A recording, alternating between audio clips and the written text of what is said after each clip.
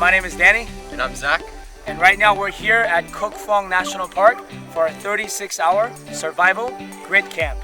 We focus on 4 things. Number 1, become your best self. Second is to build healthy habits. Third is where nature is your classroom. And the fourth is build resilience.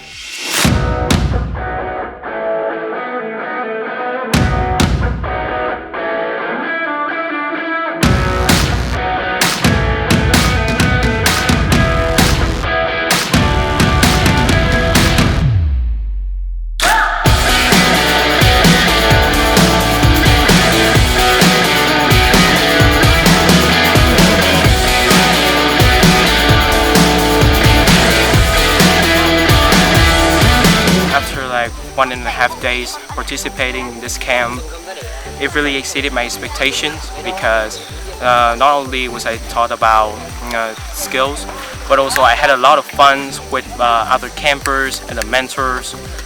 Speaking of the mentors, I really think that they were friendly and energetic.